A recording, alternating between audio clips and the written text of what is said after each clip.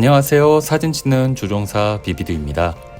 이번 컨텐츠는 세계 3대 미봉이자 스위스 알프스 봉우리의 여왕인 마테오른 사진 촬영 여행 브이로그입니다.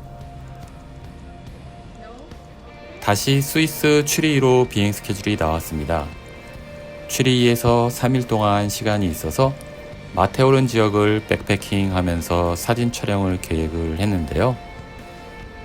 스위스 알프스 지역은 날씨가 매우 가변적이고 특히 체르마트 마테오른은 관광객에게 1년에 170일 정도만 그의 모습을 보여주는 관광지이기도 합니다.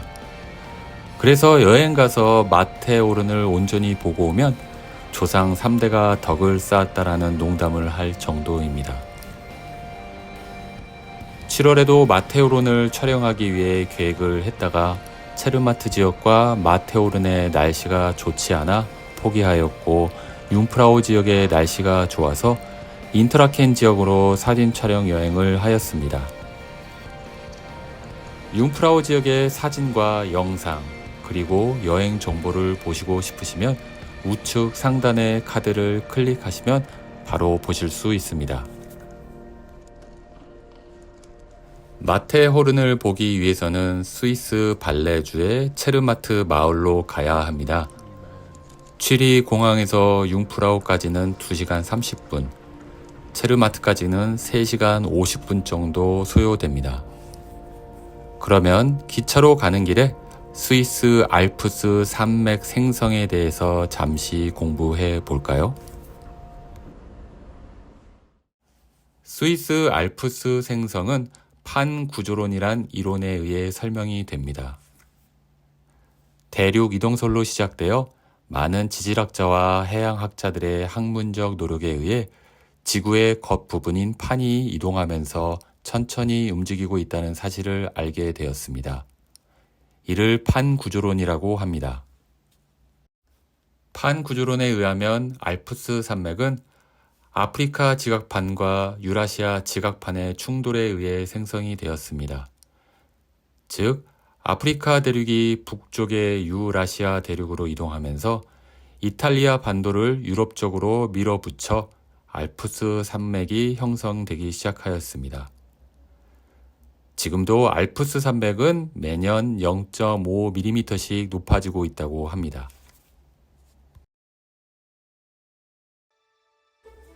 체르마트는 해발고도 1620m에 위치하며 마테오른 기슭에 자리한 마을입니다.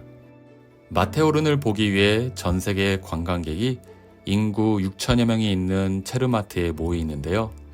현지인 대부분이 마테오른을 보기 위한 관광객을 대상으로 하는 관광업에 종사하고 있습니다. 여러분들 마테오른 산 봉우리의 사진을 많이 보셨을 텐데 사진이나 영상으로만 보면 마테오른은 뾰족한 산봉우리로만 느껴지실 것입니다.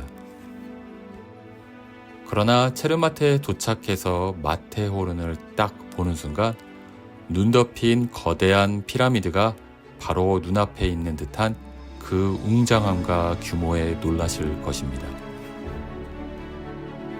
히말라야 안나푸르나의 마차 부차레 아마다블람과 함께 세계 3대 미봉인 마테오른은 일출 시 산봉우리가 황금색으로 물들어가는 모습을 촬영하기 위해 많은 관광객들이 망원 렌즈를 장착한 카메라를 가지고 옵니다. 저의 버킷리스트 중 하나도 일출 시 황금색으로 물들어가는 마테오른을 촬영하는 것이고 일모루 마테오른 산봉우리 위에 아름답게 나타나는 운하수를 함께 사진 촬영하는 것이었습니다. 다행히 이번 여행을 통해 저의 버킷리스트 중 하나를 완성시켰는데요. 마테오른과 관련된 2편의 영상을 통해 여러분께 일출 시 볼 수 있는 금빛으로 물든 마테오른의 사진과 영상, 마테오른 위에 아름답게 떠있는 은하수 사진, 그리고 마테오른을 제대로 느낄 수 있는 여행 동선 및 정보를 여러분께 소개시켜 드리도록 하겠습니다. 그러면 저와 함께 마테오른 사진 촬영 여행을 함께 출발해 보실까요?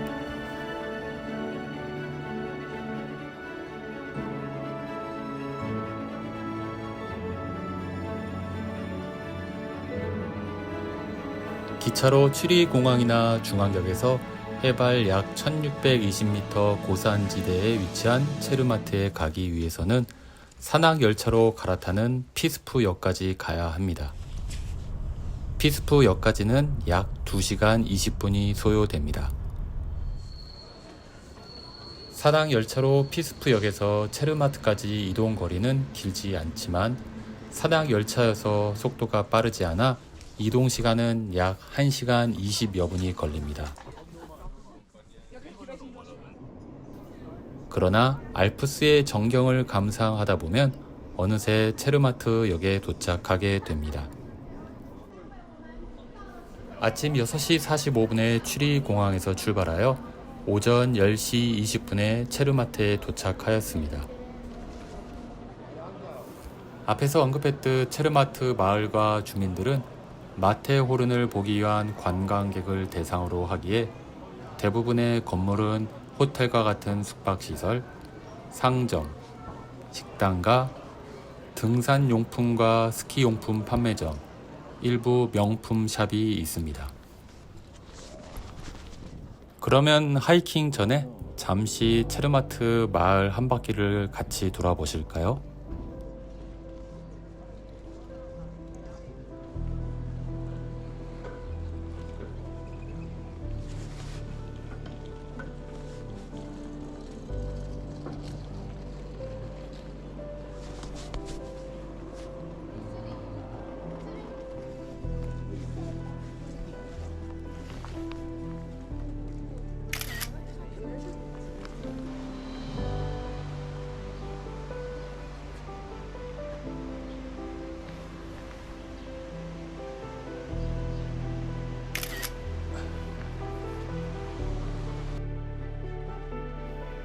마을 내 몇몇 건물들은 100여 년이 지난 오랜 역사를 가지고 있어서 스위스 산악지대의 전통집의 건축 양식도 보실 수 있습니다.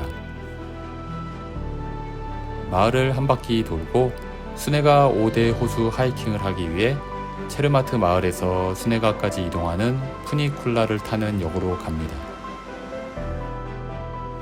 체르마트에서 수네가까지 푸니쿨라를 타고 다시 수네가에서 블라우헤르트까지 곤도라를 타고 올라가는 티켓 가격은 성수기와 비수기에 따라 가격은 다소 차이가 있지만 성수기인 7월에서 8월은 58.5프랑, 9월에서 10월은 53프랑이며 스위스 패스 소지자는 50% 할인을 받으실 수 있습니다.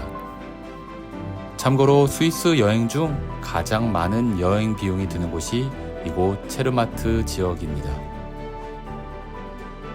저는 체르마트에서 2박하는 동안 첫째 날은 수네가 5대 호수 백패킹을 계획하였습니다.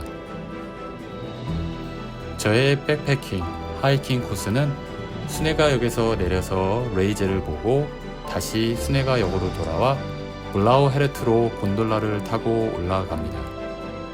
블라우헤르트에서 슈텔리제, 그린지제, 구린제, 무스예제, 다시 슈텔리제로 올라가는 하이킹 코스를 계획하였는데요. 슈텔리제에서 밤새 사진 촬영을 하는 사람들에게 관광객이 다 내려간 밤에는 텐트 치는 것을 허용해준다고 하는 정보하에 다시 슈텔리제로 올라가 호수에서 1박을 하며 슈텔리제에 반영된 마테오른과 은하수, 그리고 일출 시 볼 수 있는 황금호른을 촬영할 계획이었습니다. 그러나 운이 좋게 무스예제 근처에 있는 산장에 숙박 예약이 되어서 산장 8인실 도미토리를 혼자 차지하면서 편하게 마테오른과 은하수 사진 촬영을 하였습니다. 그러면 영상을 통해 저와 함께 마테오른을 보며 수네가 5대 호수 하이킹을 출발해 보실까요? 수네가 5대 호수 하이킹은 푸니쿨라를 이용하여 체르마트에서 수네가까지 올라갑니다.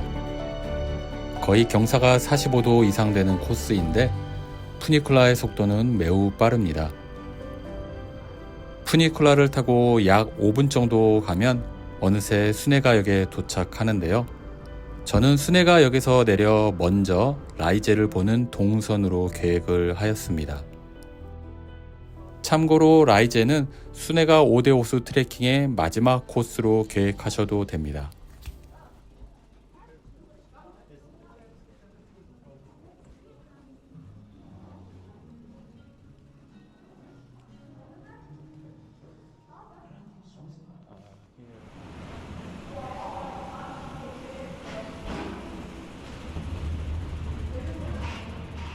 예.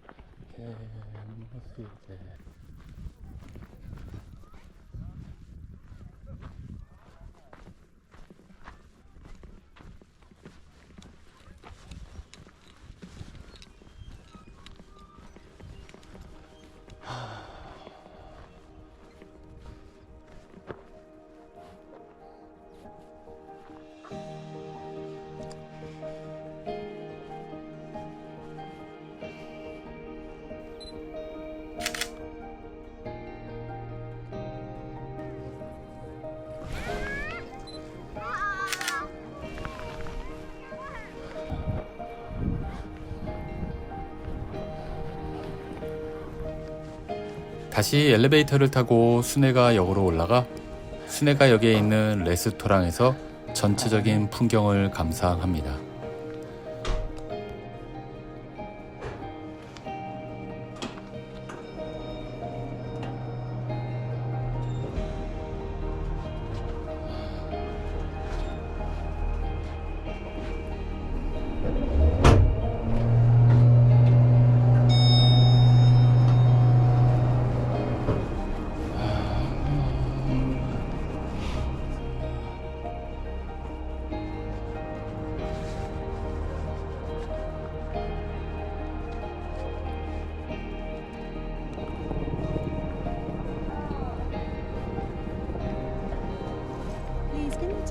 Oh, sure. Wait a minute.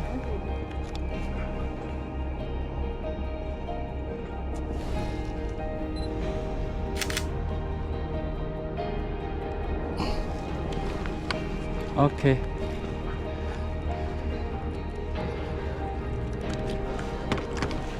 Thank you so much. Oh, you're welcome. Where do you come from? Brazil. Brazil. Yes, and you? Oh, so far.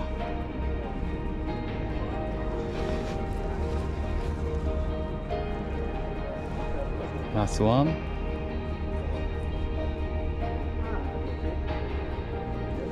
Thank you. Thank you, Chair. How about you? Yeah, South Korea. South Korea. Yeah. So far too. Yeah, right. 순회가역에서 블라우헤르트는 곤돌라를 타고 올라갑니다. 블라우헤르트는 본격적인 5대 호수 하이킹을 시작하는 곳인데요. 블라우헤르트 지역의 평균 고도가 2600m이다 보니 나무는 보이지 않고 돌과 잔디만 있는 또 다른 알프스의 모습으로 변하는 것을 느끼실 수 있을 것입니다.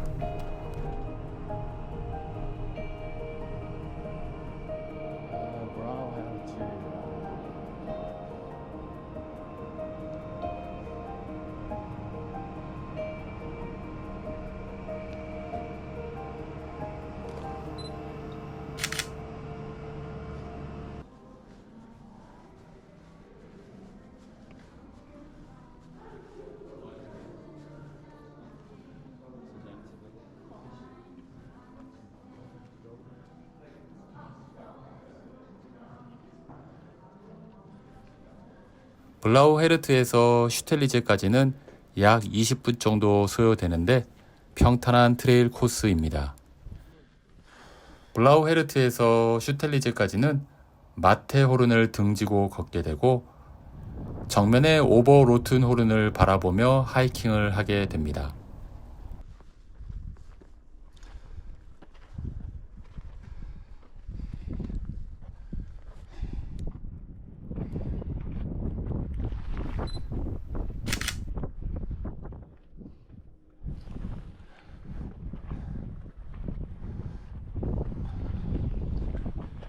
Hi.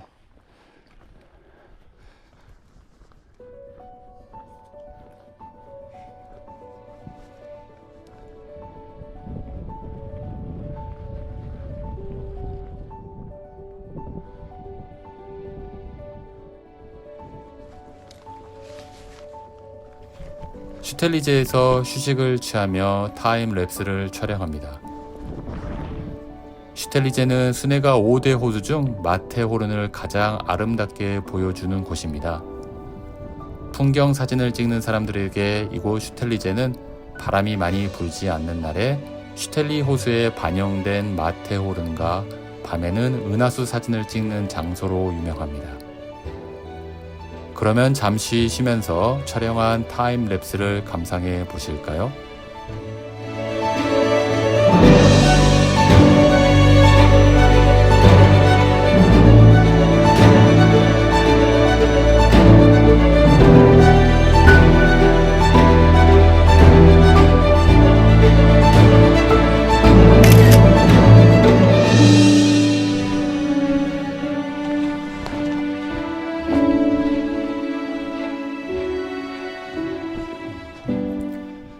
슈텔리제에서 타임랩스 촬영과 알프스 풍경을 충분히 감상한 후 다음 코스인 구린지제로 갑니다. 구린지제로 가는 코스는 내리막 코스로 힘들지 않으며 마테호른을 바라보며 약 40여 분 내려갑니다.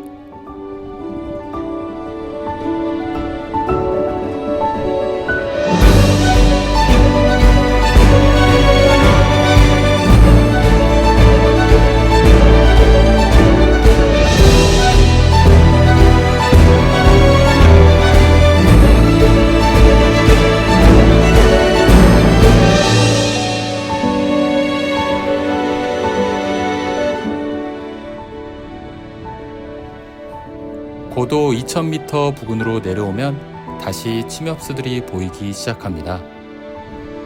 구린지제는 마테호른과 호수, 그리고 침엽수림이 어울려 있는 곳으로 그늘에서 호수와 나무 사이에 있는 마테호른을 바라보며 휴식을 취할 수 있는 장소입니다.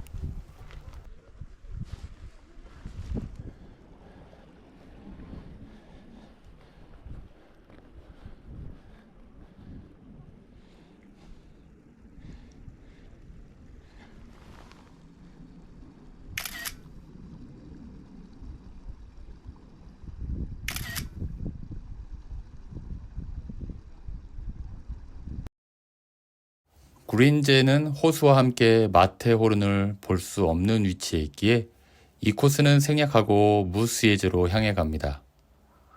무스예제로 가는 길에 지제지누라는 레스토랑 겸 산장에 들려 휴식을 취합니다.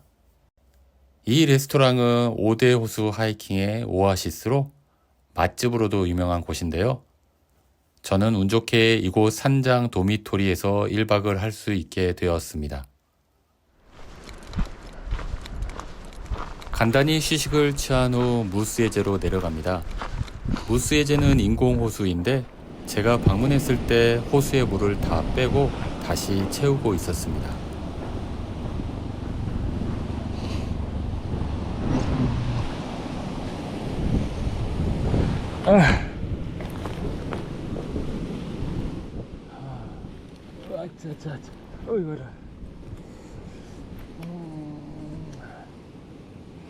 무스 예제에서 휴식을 취한 후 다시 산장으로 올라갑니다. 이 경로는 오르막 코스이고 이미 3-4시간 동안 하이킹을 한 이후라 상당히 힘이 들었습니다. 개인적으로 추천드리는 것은 무스 예제는 순회가역으로 돌아가 체르마트 마을로 내려가시는 분들에게 이 코스를 추천드립니다.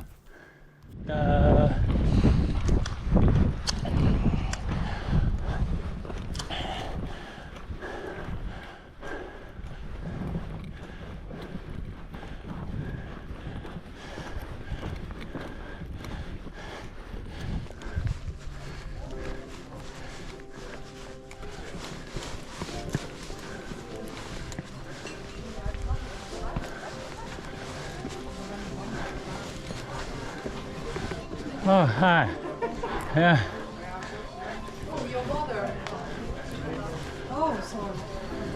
Oh yeah, madame, Yes, hello. Yeah. Would you like to drink something first, or would you like to go to the room? Beer? A beer. Yeah. First a beer. Yeah, right. Of course. A big one or small one? Big one. A big one. Yeah. Perfect. Should I take your bag? Oh, yeah. Bring it up. Or we can go first up. You can put Oh, okay, good. then I do a beer for you. Ah, I can just explain you a little bit. uh-huh, This room here is for dinner. uh-huh. And we start at 7. 7, Yes. 7 p.m. 7 p.m. Okay. Do you have any allergies or something Oh, you don't no. eat? I'm healthy. Perfect. Yeah. That's everything. And then here, this is for breakfast for tomorrow. Okay, good. Do you already know when you start? So this one is for the bathroom for you. Uh-huh. This is the bathroom then, and you have shower. Oh, okay, and okay. everything. Mm-hmm. And then you have a room in the garden. Yeah, good. But you're gonna be alone here. Okay, Yeah. We did one bed, but you can change. okay.